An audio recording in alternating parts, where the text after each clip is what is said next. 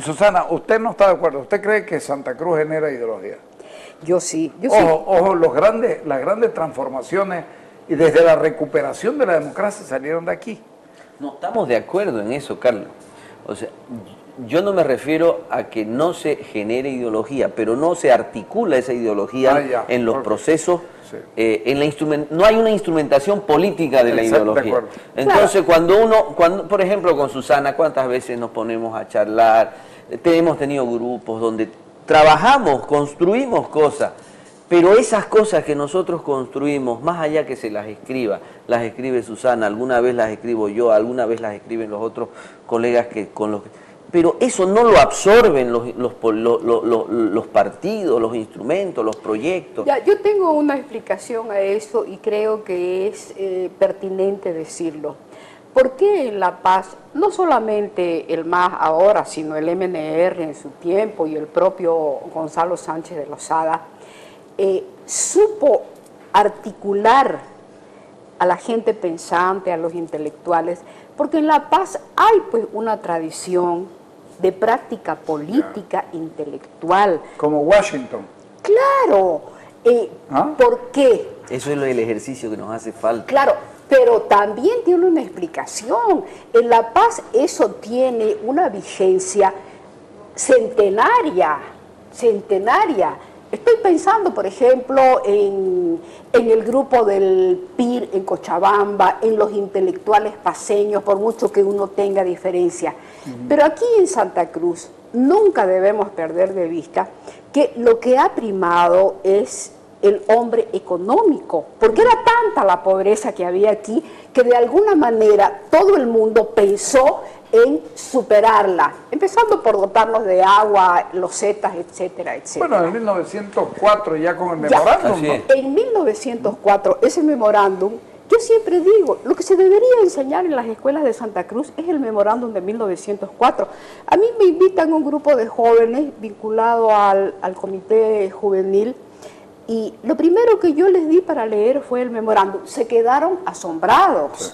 Porque el memorándum... Ese es un documento ideológico muy bien planteado. Es la mejor hasta ahora. Ayer discutíamos, debe ser el documento que proyecta por primera vez ante un Estado sin nación, que nace con la República, ¿no es cierto? Está bien. Debe ser el documento que por primera vez proyecta una idea de nación. Pero además, no es solamente desde la perspectiva cruceña. No, claro, es integral. Es la primera expresión de contenido político, ideológico, geográfico y geopolítico que se da en Bolivia pensando en la nación. Así es. ¿Y cómo será que aquí sí hay construcción de ideología?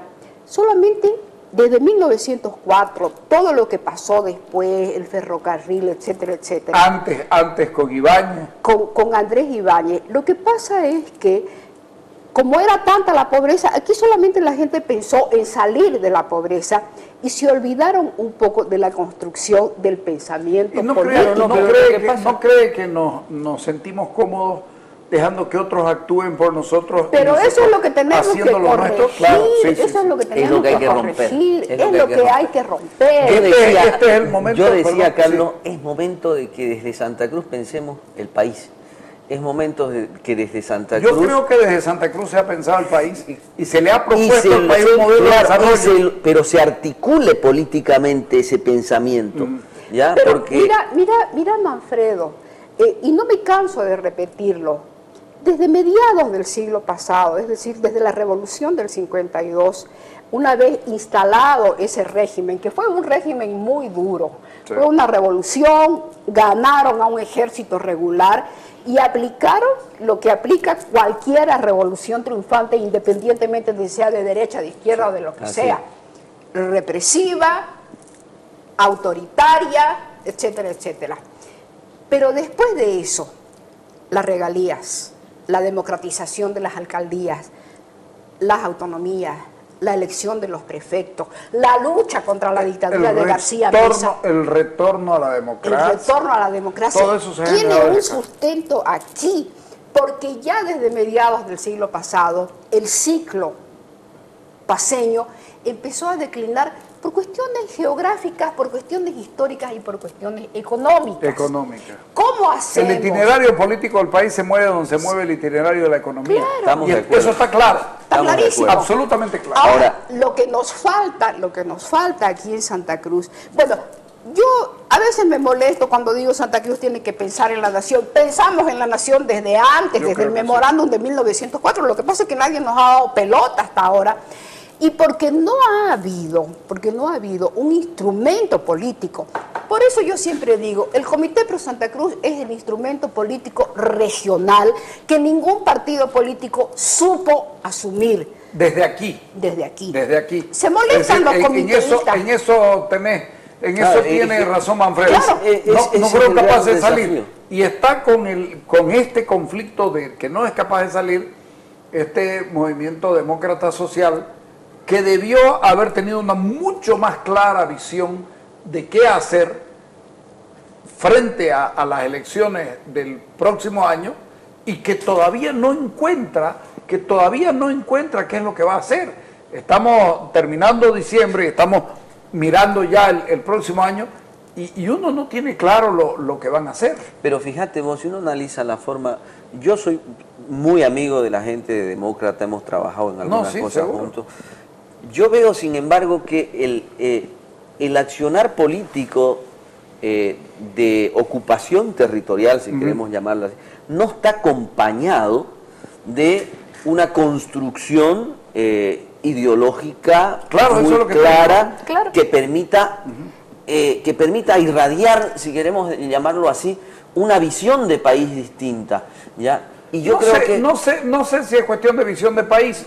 Yo diría que en este momento ya pasaron recién las elecciones, y lo que tenés que hacer es asegurar espacios políticos que son importantes.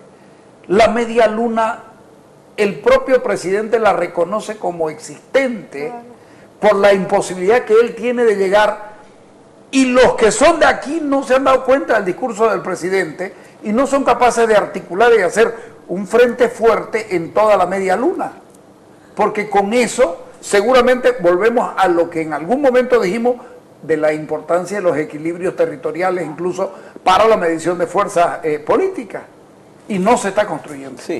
Y ¿sabes qué? Yo no digo, por ejemplo, que las agrupaciones o los partidos políticos toquen la puerta de los intelectuales o de la gente que piensa en el país, en la región, en el futuro, porque finalmente de lo que se trata es eso, pero también del presente,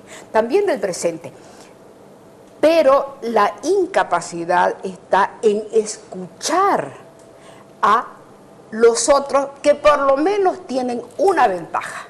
Han estudiado, se han preparado no para ejercer la práctica política, sino para brindar a quienes lo deseen una visión diferente de la construcción política. También haciendo un poco autocríticos, creo que también uno de los grandes desafíos está en que alguna parte de esa élite pensante nos comprometamos con algún proceso también, ¿no? Pero Manfredo, creo que eso también es importante. Quizás ahora yo por ejemplo estoy muy metido en la universidad, me han invitado a militar, y he optado más por el espacio académico que por el espacio en este momento, que por el espacio político, ¿no? Pero creo que quizás haga falta. Pero están generando. Ustedes están generando pensamiento. Claro, no. Y en la medida en que la gente genere pensamiento, ya es responsabilidad pues de los actores políticos chupar todo lo que ustedes hagan. Es saludable también guardando la distancia. Uno no le va a pedir a Huntington o a cualquiera de esos, hey, vení militar en el Partido Demócrata o vení militar. No pues, para eso están. Ustedes están tirando todo el tiempo porque uno los lee. Y si nosotros los leemos, ¿por qué los políticos no los leen? Ese es el problema. ¿Por qué los actores políticos no leen lo que escriben los intelectuales? Ahí está el problema. que desprecian al intelectual porque dicen, no es que lo desprecien, ¿sabes? No se meten, son amarillos, ¿no? No sé. A ver, Manfredo, acordate cuando íbamos a las reuniones, cuando había una cierta unidad todavía. Ahí estaba, ¿te acuerdas? Íbamos vos, José Mirtenbaum, yo y otro montón de gente que ahorita se me escapa. Pero ahí estaban Rubén, ahí estaba Germán Antelo, ahí estaba la gente que había sido electa para determinadas funciones políticas. ¿Por qué me retiré yo? ¿Por qué te retiraste vos? ¿Lo has pensado? Vos te retiraste porque te dedicaste a la universidad. Yo me retiré, y lo digo abiertamente, porque me di cuenta que yo sirvo para una cosa, pero no para otras. Es decir, yo pienso y escribo y reflexiono. Y nunca he dejado de tener relación ni con Rubén ni con Germán. Y siempre he machacado y sigo machacando hasta hoy que si no se dan cuenta los políticos quién es el enemigo principal, estamos perdidos. Entonces es un poquito como arar en el mar y me cansé. Entonces dije, bueno, yo seguiré escribiendo, si me escuchan o si me leen es otro problema, pero no me rindo. Y si yo tengo oportunidad, se los digo, porque ahorita, para las elecciones de marzo, por lo que veo, están haciendo alianzas,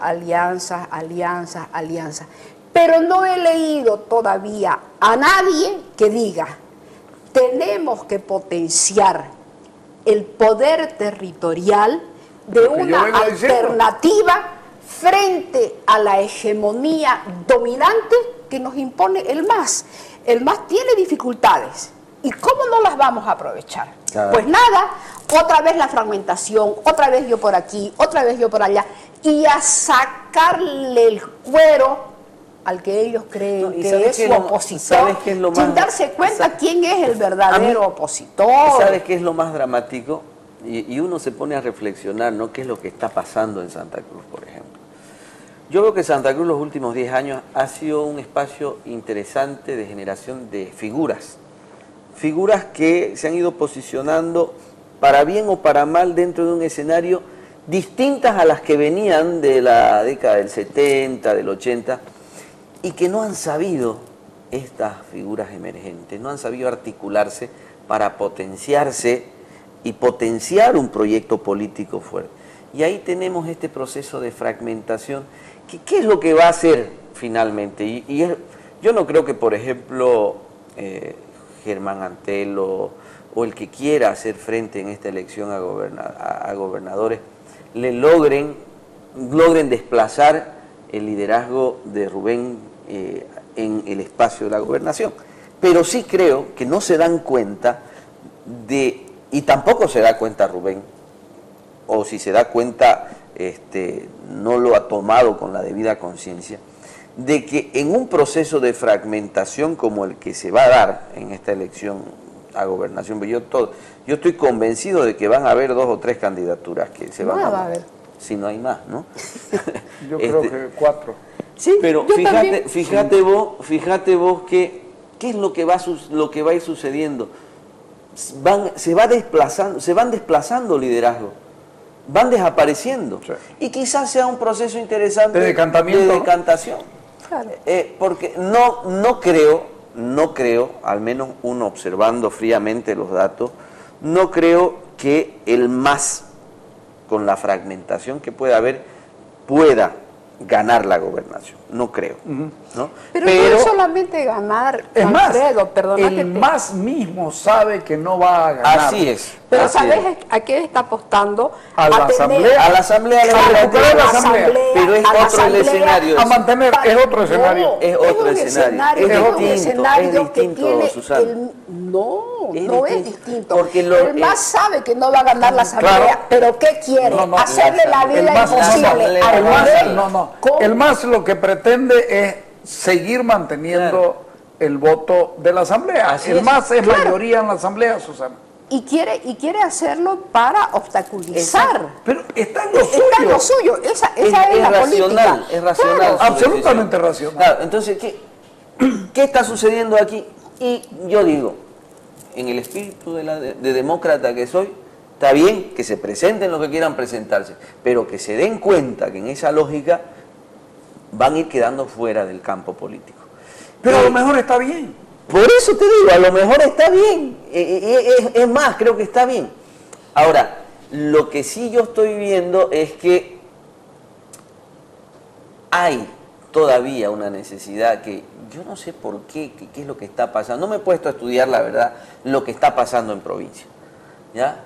Porque más allá del tema migratorio, porque es un tema que juega mucho, muchísimo. Migratorio y acarreo. Por eso, migratorio forzado. Octubre, ¿no?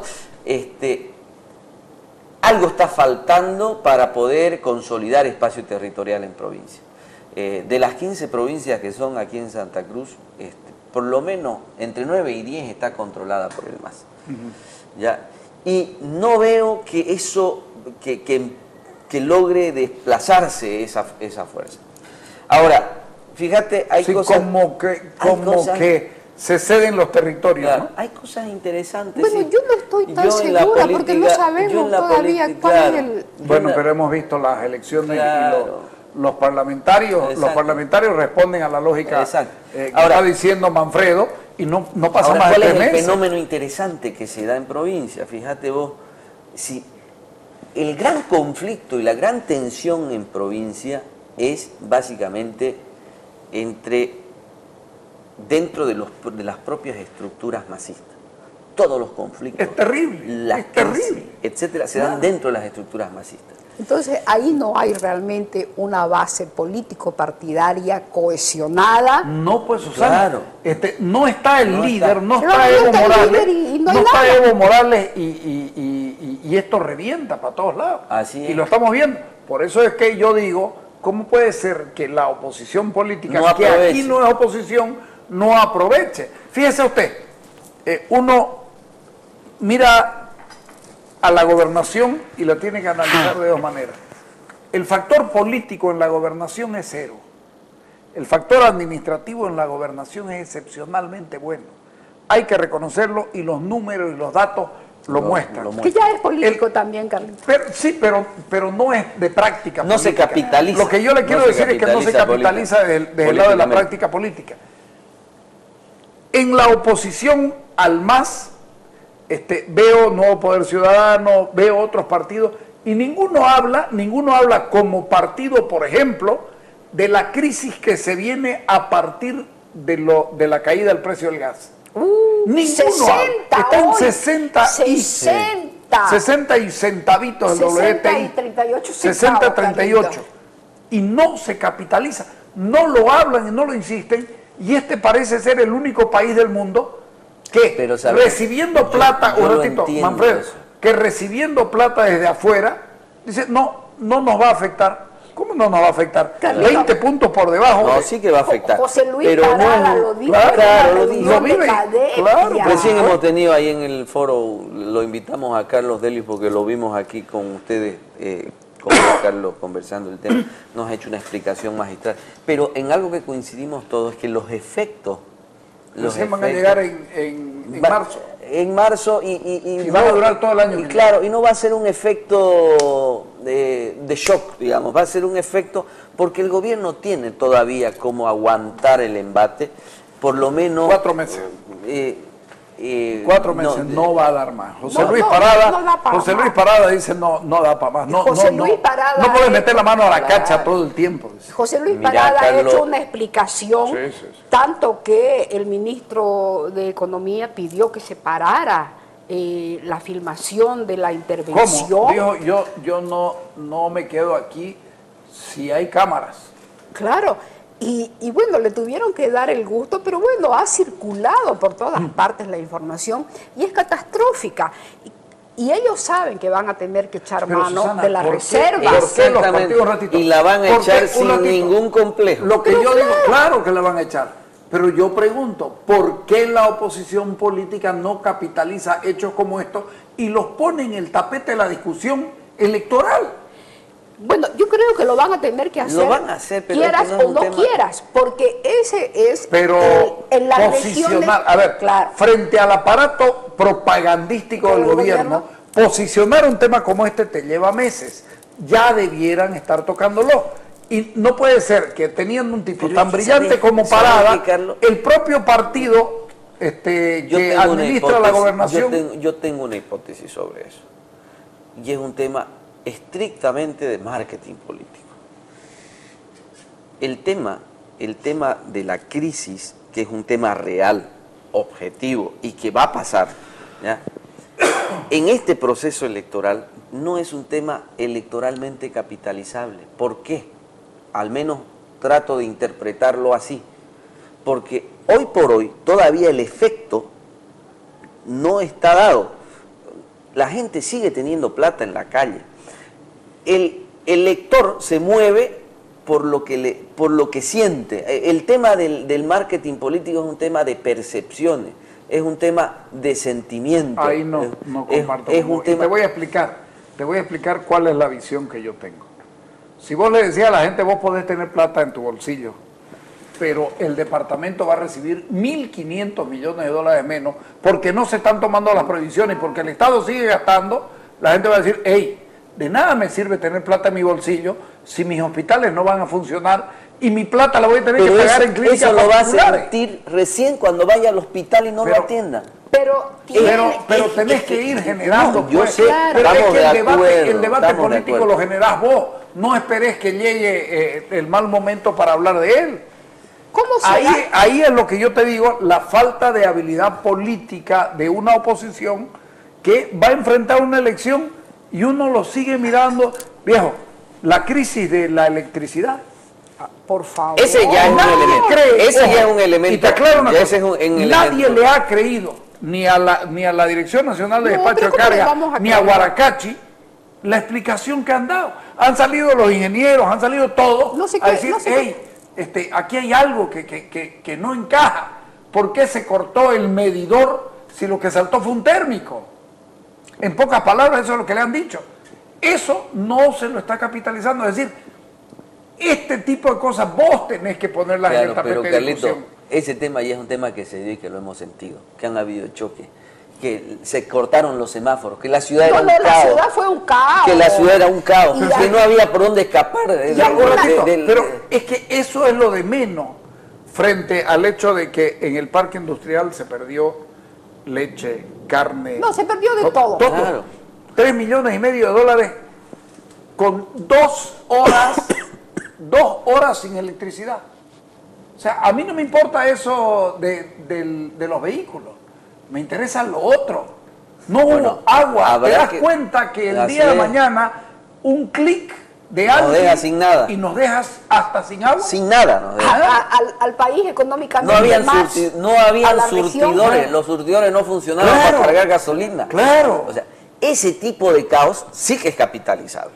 Y ojalá lo capitalicen. Ese y otro, mira, a mí, por ejemplo, José Luis Parada, no dejo de leer todo lo que escribe y todo lo que manda, porque tampoco se capitalizó en las elecciones anteriores y no sé si se va a capitalizar para las actuales. Resulta que son las regiones las que están pagando el bono dignidad. Pero por supuesto, le sacan a las regiones para pagar el bono dignidad, no es el TGN.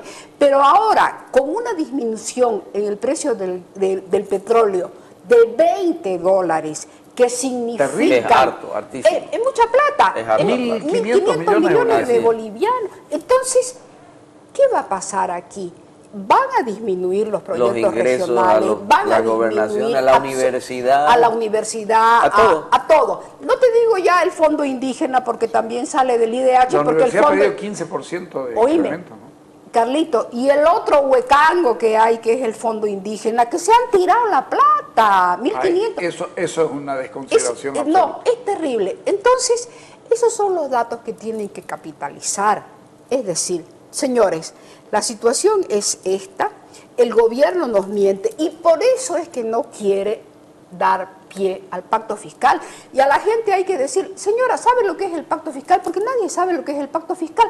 Finalmente, el pacto fiscal es la distribución adecuada de los recursos que genera la sociedad, porque no los genera el A mí Estado. lo que me impresiona desde el Oriente, que no se sepa cómo contrarrestar el poderío político del gobierno, cuando hoy el propio gobierno reconoce una crisis gravísima de partido en el Oriente. ¿Les pido un corte? Sí. Cuando volvemos hay otro tema grave, el decaimiento de todo el sistema de derechos humanos en el país, según la Defensoría del Pueblo. Sí, claro. Dale.